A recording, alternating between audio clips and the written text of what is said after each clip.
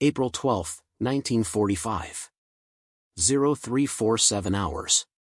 Shimonoseki Strait, between Honshu and Kyushu. Captain Takeshi Yamamoto stood on the bridge of the merchant vessel Hokuto Maru, watching the pre-dawn darkness ahead as his ship navigated the narrow strait that connected the inland sea to the Sea of Japan.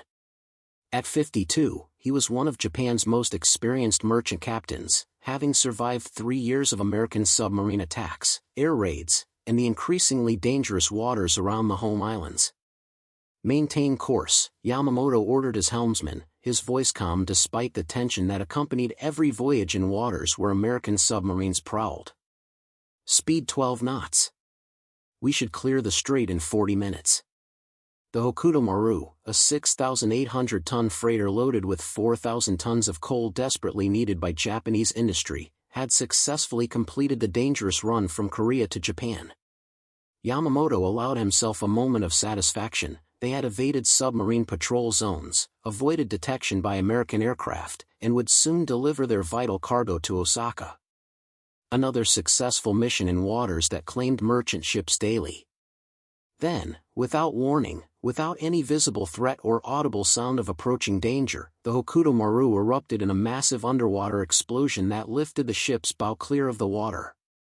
The detonation, centered directly beneath the forward cargo hold, tore through the hull with such violence that the ship's keel fractured, the cargo holds flooded instantly, and the vessel began sinking within seconds. Yamamoto, thrown against the bridge bulkhead by the explosion, struggled to his feet and stared in disbelief at his dying ship. "Submarine. We've been torpedoed," he shouted, but even as he spoke, he understood something was wrong. There had been no torpedo wake, no periscope sighting, no warning of submarine presence. The explosion had come from directly beneath the ship, not from the side as torpedoes struck. What Captain Yamamoto didn't know, what no Japanese merchant captain or naval officer could have imagined, was that his ship had been destroyed not by submarine or aircraft attack, but by an American acoustic mine dropped from a B-29 bomber 3 nights earlier.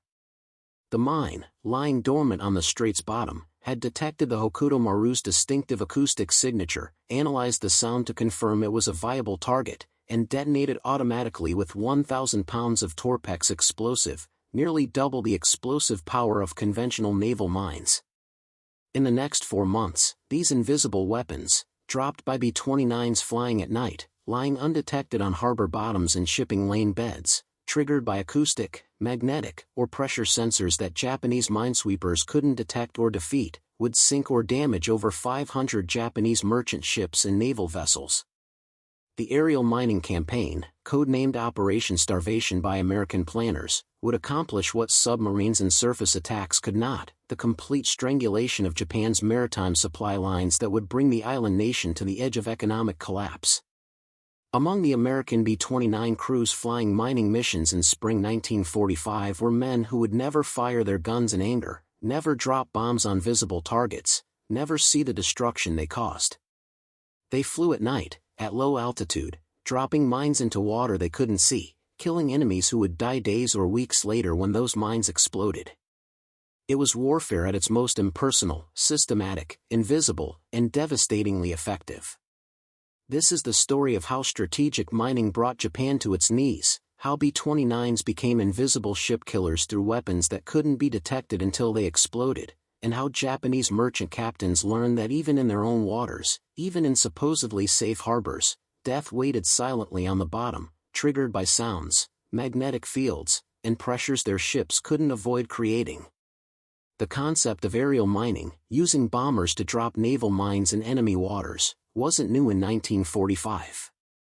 The RAF had conducted mining operations against German shipping throughout the war. But the scale and sophistication of American aerial mining in Japanese waters would represent warfare evolution from harassment to systematic economic strangulation. The strategic logic was compelling.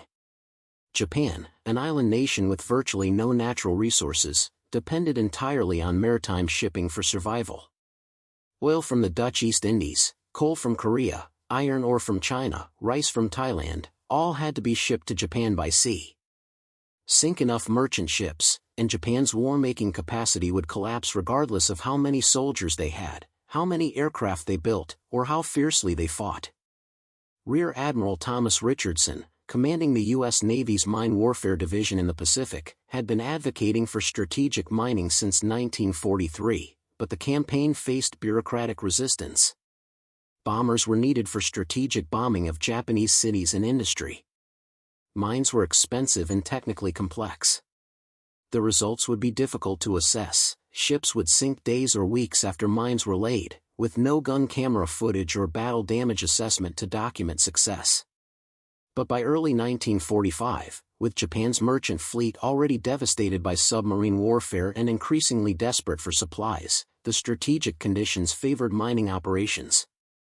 General Curtis LeMay, commanding the B-29 bombing campaign from the Mariana Islands, approved Operation Starvation with characteristic bluntness: mining Japanese waters will kill more Japanese than bombing their cities.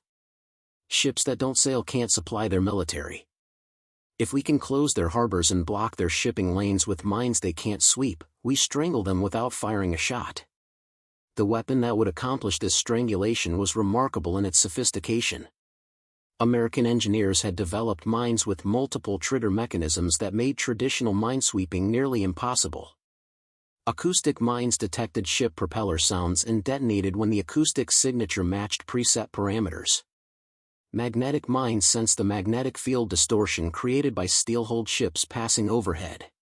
Pressure mines measured the pressure wave created by ship displacement and exploded when pressure exceeded specific thresholds. Most devastatingly, American mines could be set to ignore the first several ships passing overhead, a feature that defeated minesweeping by detonating only after sweeper vessels had already passed and declared the area safe. The mines could be programmed to activate only during specific time periods, to respond only to specific acoustic frequencies, or to detonate based on combinations of acoustic, magnetic, and pressure triggers that made them essentially unsweepable with Japanese technology. Commander James Mitchell, the Navy mine warfare specialist assigned to work with B-29 units on mining operations, explained a tactical advantage during a February 1945 briefing: traditional contact mines detonate when struck. Minesweepers drag cables through suspected mine fields and detonate the mines safely. But our acoustic and magnetic mines lie on the bottom. They don't need physical contact. They sense ships and detonate automatically. Japanese sweepers have no way to simulate the acoustic signature and magnetic field of a 10,000-ton freighter accurately enough to trigger the mines. They can sail over our mines repeatedly without detecting or detonating them. More critically, Mitchell continued, we can set the mines to count ships, ignore the first 5 vessels, then detonate on the 6th. The Japanese send minesweepers through a channel, declare it safe, send merchant ships through, and the 6th or 7th ship explodes. They don't understand why. They sweep again, find nothing, try again, and lose more ships. It's psychological as well as material warfare. They can't trust any water, even water they've just swept. The B-29 Superfortress, designed for high-altitude strategic bombing, seemed an unlikely platform for low-level mine laying. But its size, range, and payload capacity made it ideal for the mission. A single B-29 could carry up to 12,000 pounds of mines, enough to block an entire harbor or shipping channel in one night's work. Its range meant it could strike any harbor or waterway in Japan, including the vital inland sea that connected Japan's major industrial centers. Colonel Robert Bradford, commanding the 313th Bomb Wing assigned to mining operations, faced unique training challenges in preparing his crews for the mission.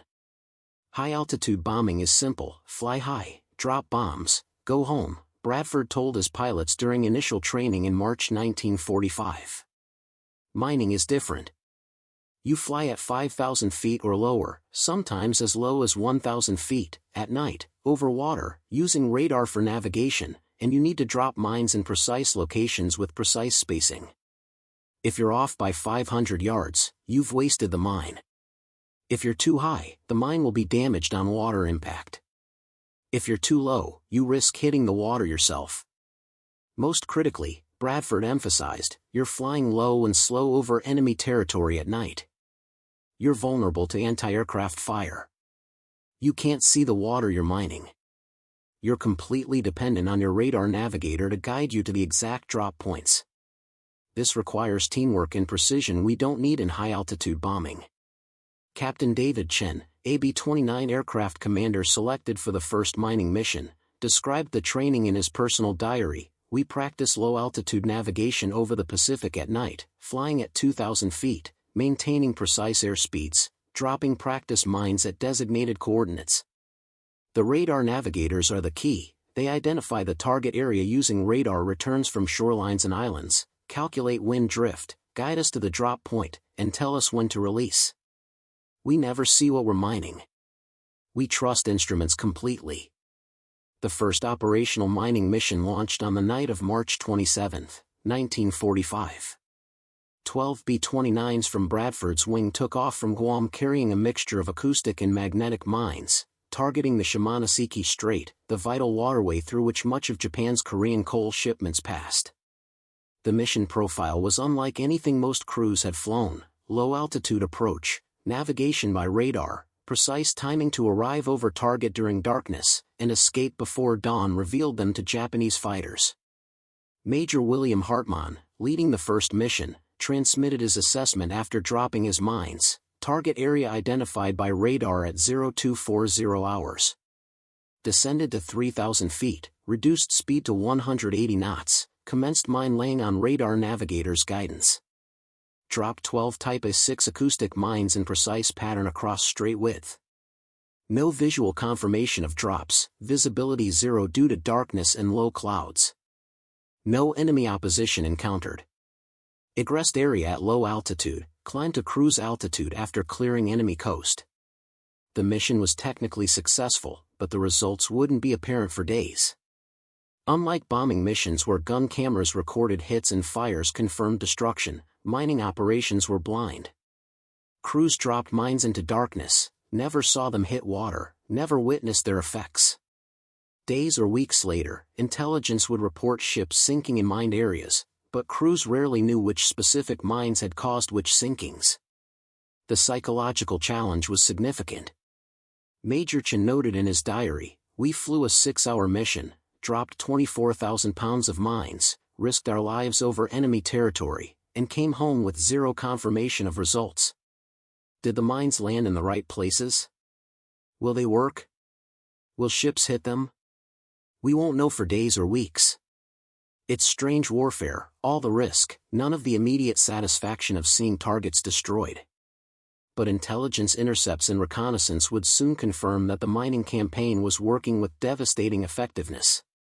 Japanese shipping in the Shimonoseki Strait dropped by 85% within 2 weeks of the first mining missions, not because all the ships were sunk, but because Japanese merchant captains refused to transit waters they knew were mined but couldn't be made safe.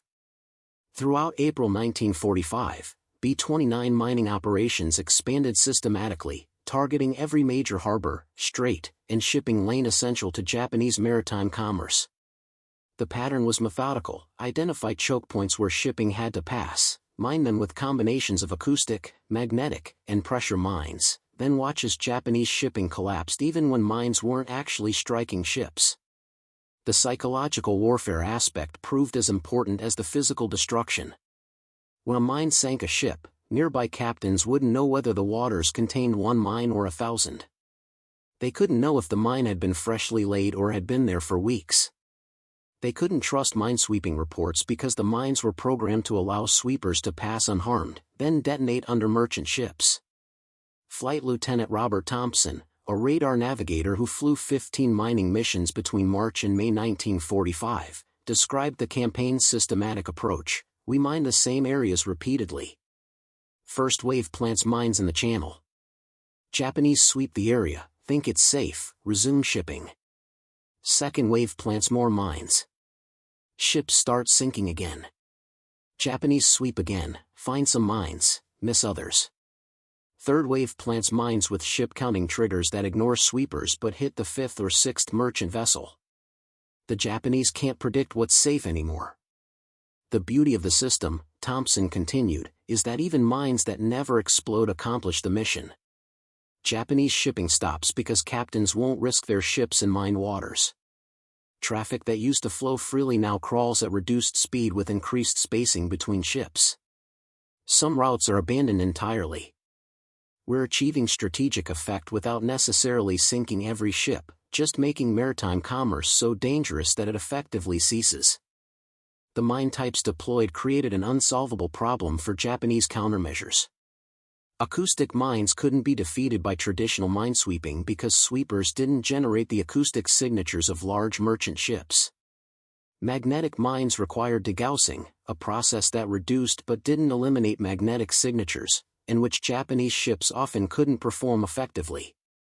Pressure mines were essentially unsweepable. They detonated based on pressure waves created by large ship displacement, and no minesweeper could generate equivalent pressure.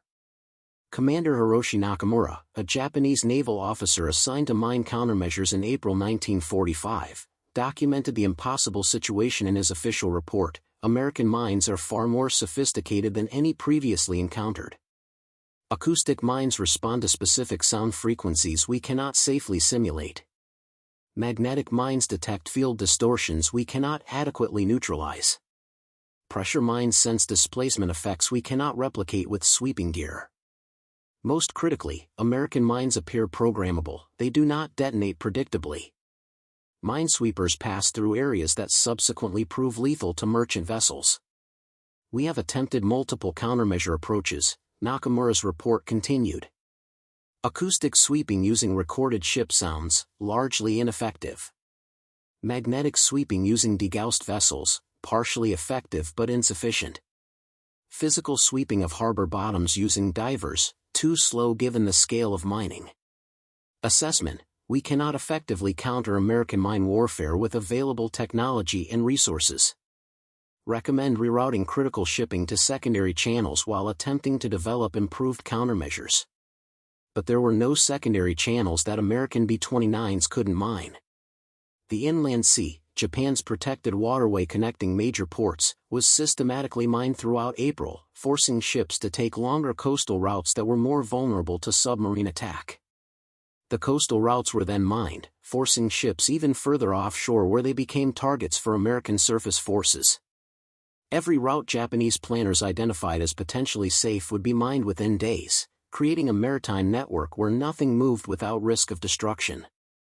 By late April 1945, Japanese merchant fleet commanders and naval authorities were struggling to understand the patterns behind their escalating ship losses. The mathematics didn't align with their understanding of American capabilities. They knew American submarines were sinking ships. They knew American aircraft occasionally attacked coastal shipping. But the rate of losses, particularly in supposedly safe waters close to the home islands, exceeded what these known threats could explain. Captain Takeshi Yamamoto, who had survived the sinking of the Hokuto Maru by being blown clear of his bridge during the explosion, was reassigned to a new vessel in late April and immediately noticed the changes in Japanese maritime operations. Routes I had sailed confidently for years were now declared off-limits, Yamamoto later recalled in his post-war testimony.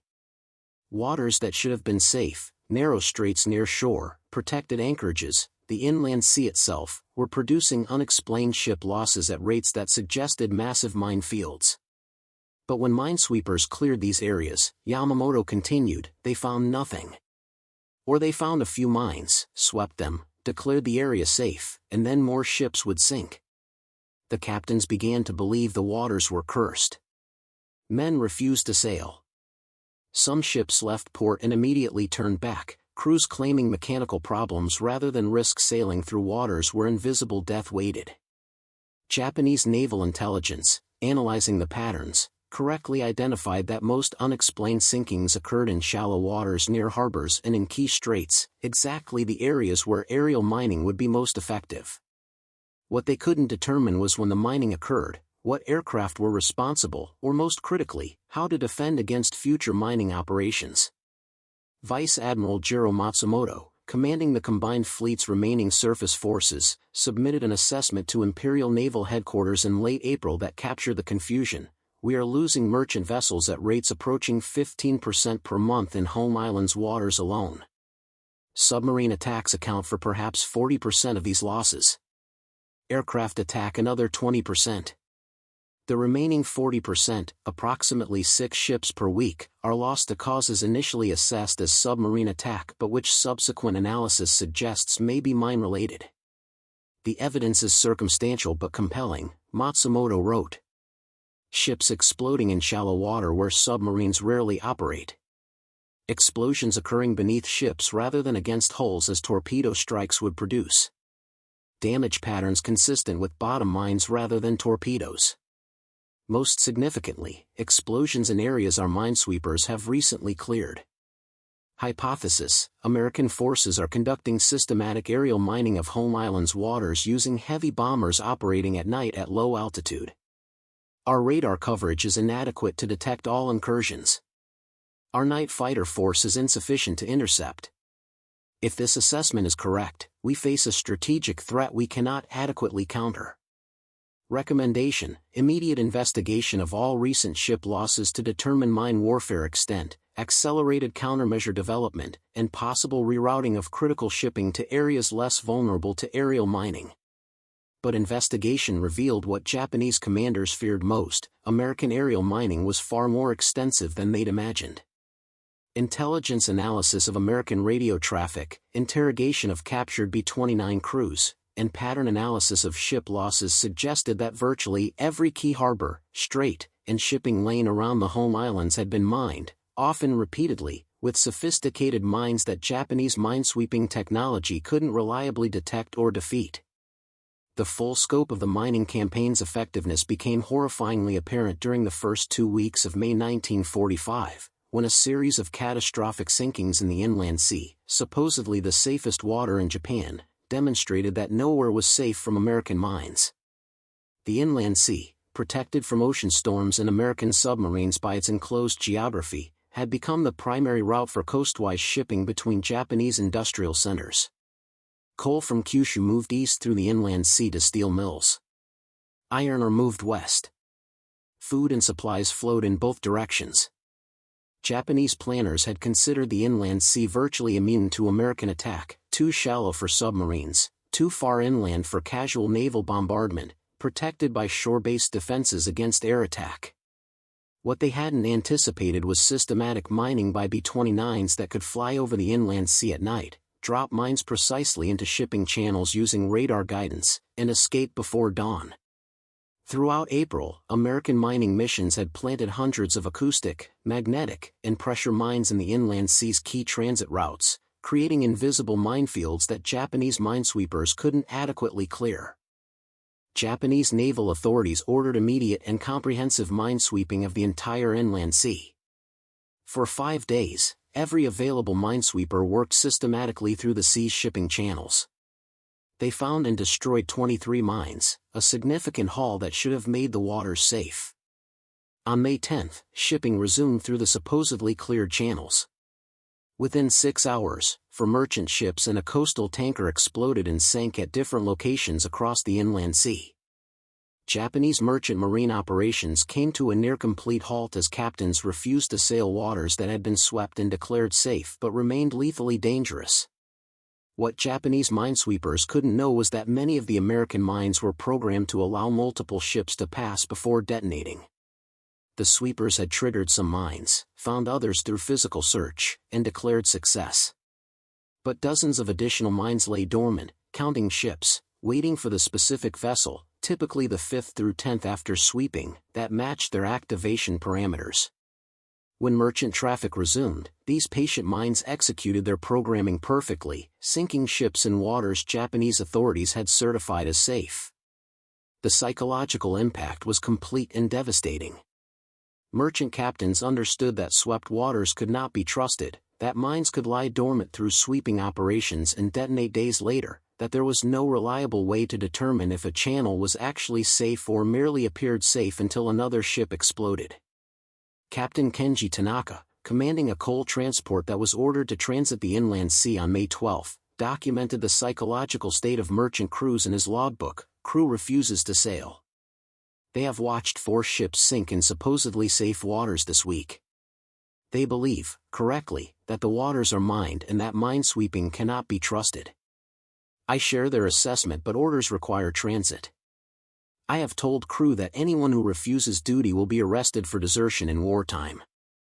All crew now present, but many are visibly terrified. We sail in 1 hour into waters where invisible death may wait. This is not courage, this is following orders knowing they may be suicide orders. Tanaka's ship, the Hokuto Maru, completed its transit successfully. But 3 other vessels sailing the same route that day were not as fortunate. 2 sank to mines, the 3rd was damaged but reached port.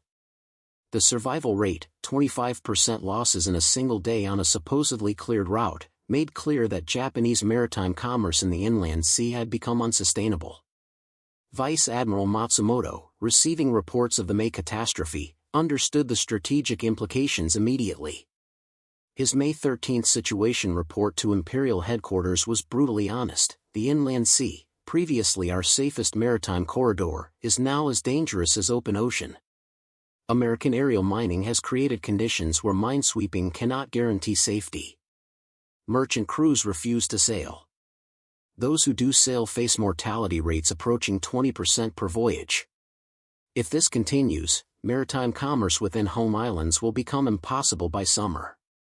We face a strategic crisis we cannot overcome with available resources, Matsumoto concluded. American mining is strangling our economy more effectively than submarines or surface attacks ever achieved. We are being starved, not through destruction of our merchant fleet, though that is occurring, but through making maritime commerce too dangerous to conduct. If we cannot move coal, steel, food, and oil by sea, our war-making capacity and civilian survival both become impossible. We are losing the war not through military defeat but through economic strangulation we cannot prevent. By late May 1945, the cumulative effect of American strategic mining was manifesting not just in ship losses but in the systematic breakdown of Japan's entire economic infrastructure. The numbers told a story of accelerating collapse. Coal shipments from Korea to Japanese steel mills had dropped 78% since March. Food imports from occupied territories had fallen 65%. Domestic coastwise shipping, the movement of goods between Japanese ports, had declined by 82%. Major General Shiro Takahashi, responsible for coordinating Japan's wartime economy, compiled a situation report in late May that documented the cascading failures. Mining of home islands' waters has created economic conditions approaching national paralysis. Coal reserves at major industrial centers will be exhausted within 6 weeks at current consumption rates.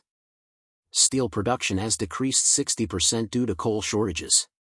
Food distribution from agricultural regions to cities is breaking down due to inability to move supplies by sea. Civilian food rations have been reduced to starvation levels in urban areas. Most critically, Takahashi's report continued, we have lost the ability to predict or control maritime commerce. Ships that attempt transit are destroyed at rates exceeding 20%. Ships that remain in port accomplish nothing but preserve themselves temporarily. We cannot fight a war without coal, steel, or food distribution.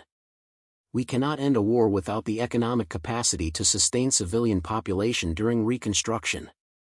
American mining has created conditions where both continuing war and negotiating peace become equally impossible. The human impact was immediate and devastating. Tokyo, dependent on food shipments from rural prefectures, experienced food shortages that reduced civilian rations to barely 1,200 calories per day, starvation level for adults. Osaka's steel mills, operating at 40% capacity due to coal shortages, began laying off workers who then had no means of obtaining food. Kyoto's war industries, unable to receive raw materials by sea, shut down production lines that would never restart. Captain Kenji Tanaka, the merchant captain who had documented his crew's fear of sailing through mined waters, watched the economic collapse from the perspective of a sailor who could no longer practice his profession. By June, half the merchant fleet was in port, captains refusing orders to sail. The other half was attempting desperately to move critical cargo at night, hugging coastlines, taking routes that added days to voyages. Ships that did sail often jettisoned cargo at the first sign of danger, real or imagined, rather than risk being sunk while loaded. I saw ships abandoned at anchor, Tanaka later recalled, crews deserting because sailing meant near certain death. I saw harbors with no ships moving, just vessels sitting idle while their cargoes rotted because no crew would risk the transit. The Americans had accomplished something submarines never could. They made Japanese waters so dangerous that maritime commerce simply stopped. The military implications were equally severe. Japanese naval forces, already decimated by American carrier strikes and submarine warfare, found their remaining operational capability strangled by the inability to move fuel oil from refineries to naval bases. Aircraft production continued, but finished planes couldn't be moved from factories to operational airfields because the coastal ships that transported them refused to sail. Ammunition stockpiles existed at manufacturing sites but couldn't reach frontline units because the maritime logistics network had collapsed. Vice Admiral Jiro Matsumoto, watching his navy immobilized by lack of fuel that existed but couldn't be delivered, understood the strategic irony: we have not been defeated by superior force. We have been starved by invisible weapons we cannot counter. American submarines killed our merchant fleet. American mines killed our will to sail. The combination has made us a nation unable to sustain warfare or civilian survival. We are dying not from wounds but from strangulation. While Japan's economy collapsed under existing mining, American B-29 units continued systematic expansion of the mining campaign, targeting secondary ports, backup shipping routes, and any waterway Japanese planners attempted to use as alternatives to heavily mined primary channels. Colonel Robert Bradford's 313th Bomb Wing, now exclusively dedicated to mining operations, flew missions almost nightly throughout May and June 1945. The operational tempo was exhausting but sustainable. Mining missions, while dangerous due to low-altitude flight over defended territory, suffered far lower loss rates than high-altitude bombing missions. Japanese night fighters struggled to intercept low-flying B-29s, and anti-aircraft fire proved largely ineffective against aircraft approaching under radar coverage and departing before defenses could concentrate. Captain David Chen, now a veteran of over 30 mining missions, described the campaign's systematic approach in a June letter to his family: "We've mined every major harbor twice, every key strait 3 times, and the inland sea continuously. Now we're mining secondary ports Japanese shipping has diverted to. We're mining river mouths, coastal channels, even fishing harbors. The goal is to make every waterway in Japan dangerous, to create a situation where no ship can move without risk of destruction. The mines are remarkably effective," Chen continued. "We drop them at night, they sink to the bottom, and days or weeks later we receive intelligence reports of ships sinking in areas we mined. We rarely see the results directly, but the cumulative effect is undeniable. Japanese maritime commerce has nearly ceased. We're strangling them without firing a shot in anger, killing them with weapons that lay dormant until triggered by their own ships." The technical sophistication of American mines continued increasing. By June 1945, mines equipped with multiple sensors, requiring both acoustic and magnetic signatures to detonate, made Japanese countermeasures even more futile. Mines programmed to activate only during specific lunar phases exploited Japanese attempts to move shipping during dark moon periods. Mines with extended delay timers meant that channels swept in May could prove lethal in July when time-delayed mines finally activated.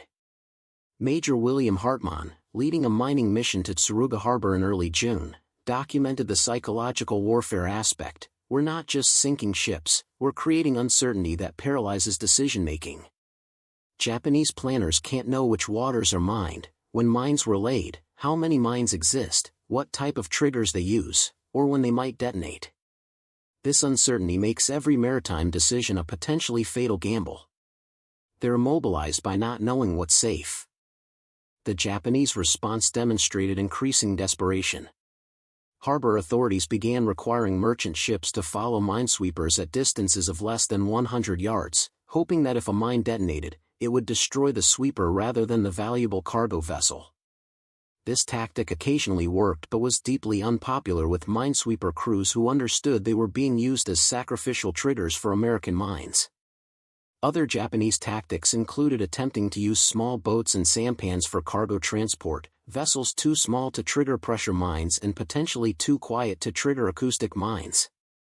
But the cargo capacity of small boats was negligible compared to the thousands of tons merchant ships could carry, and American mines could be set to trigger on even small vessels if desired.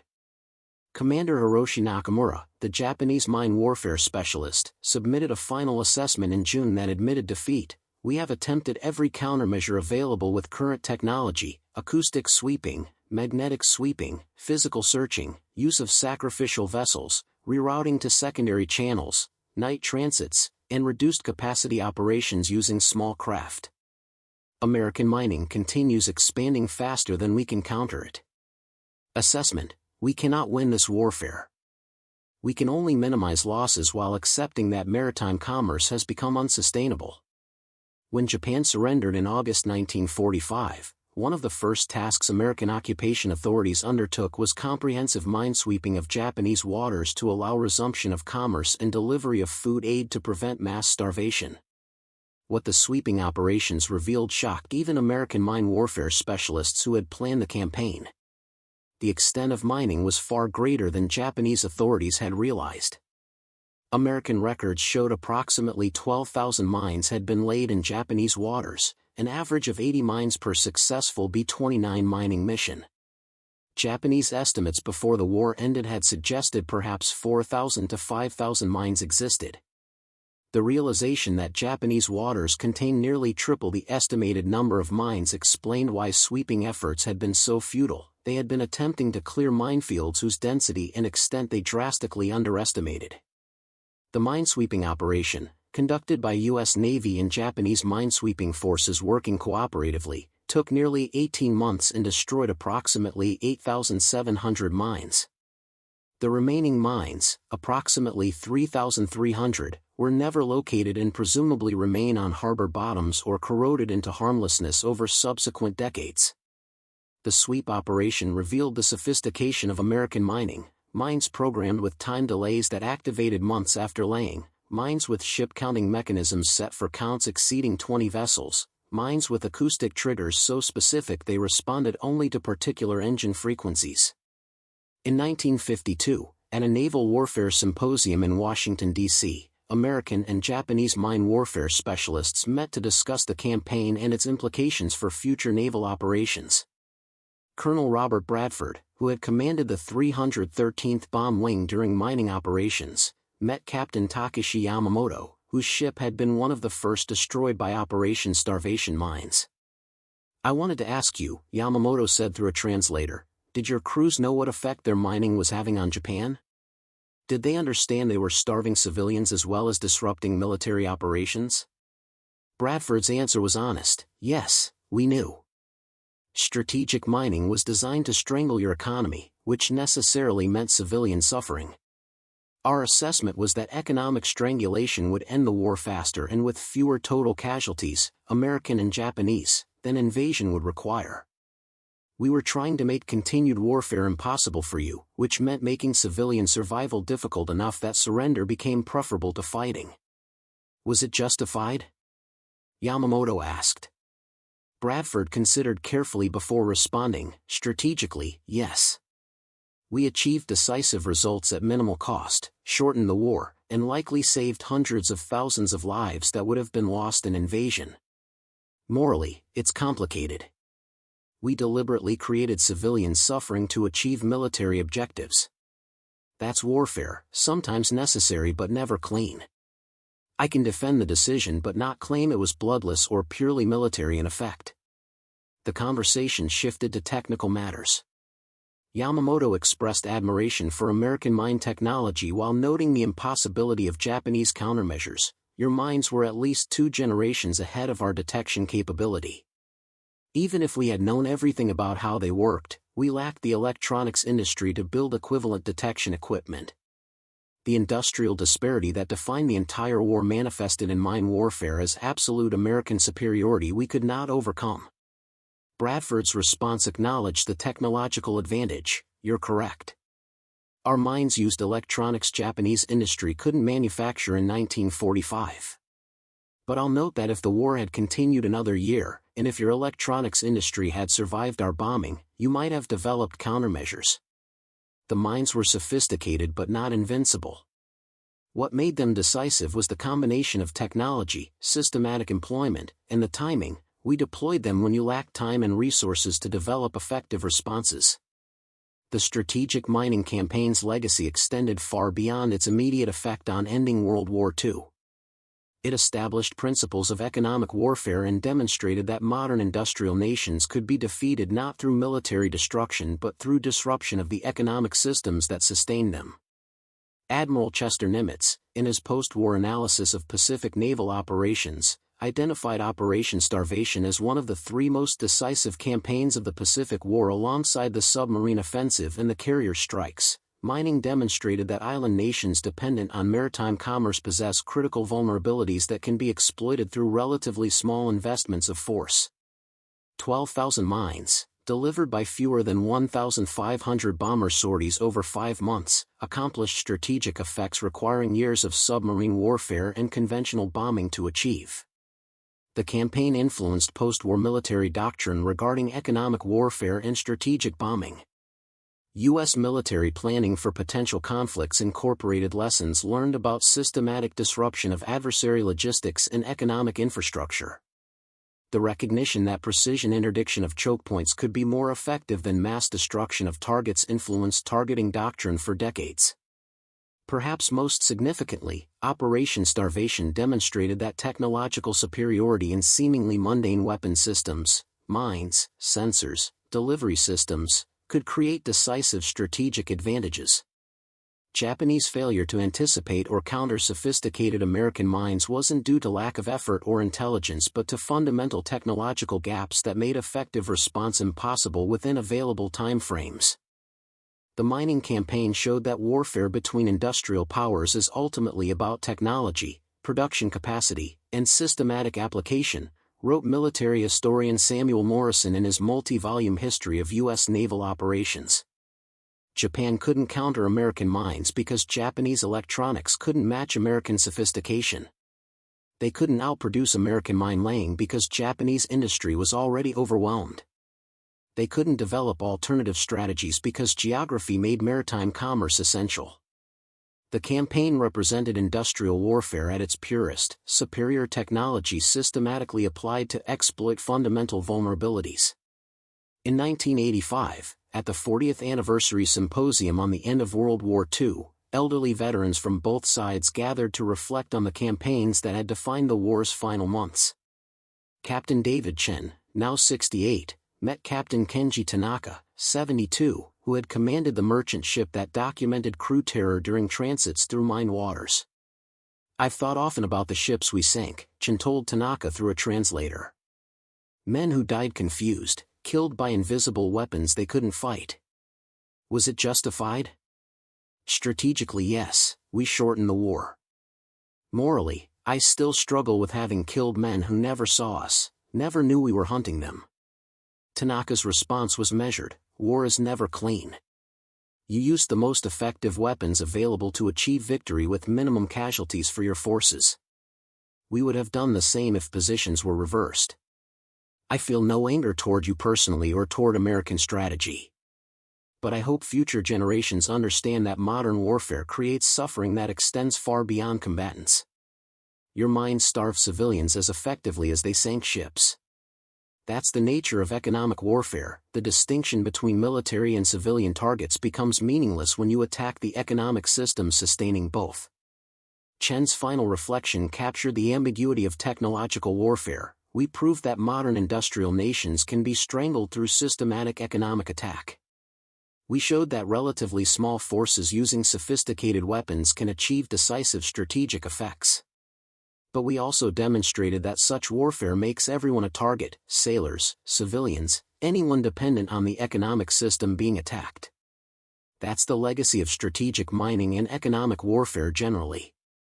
It's effective. It's decisive. But it's also total. Everyone suffers, combatant and non-combatant alike. The final word perhaps belongs to Rear Admiral Thomas Richardson, the mine warfare advocate whose persistence had made Operation Starvation possible. In a 1960 interview, reflecting on the campaign's significance, Richardson offered this assessment: strategic mining succeeded because we understood that modern warfare is economic warfare. Nations fight with industrial capacity as much as military force. disrupt the economy, and you disrupt everything: military operations, civilian survival, national will to continue fighting. The mines didn't just sink ships. They severed the economic lifelines keeping Japan functioning. That's what won the war: not heroic battles, not brilliant tactics, but systematic economic strangulation that made continued resistance impossible. It was warfare's ultimate expression, defeating the enemy by making warfare itself unsustainable for them.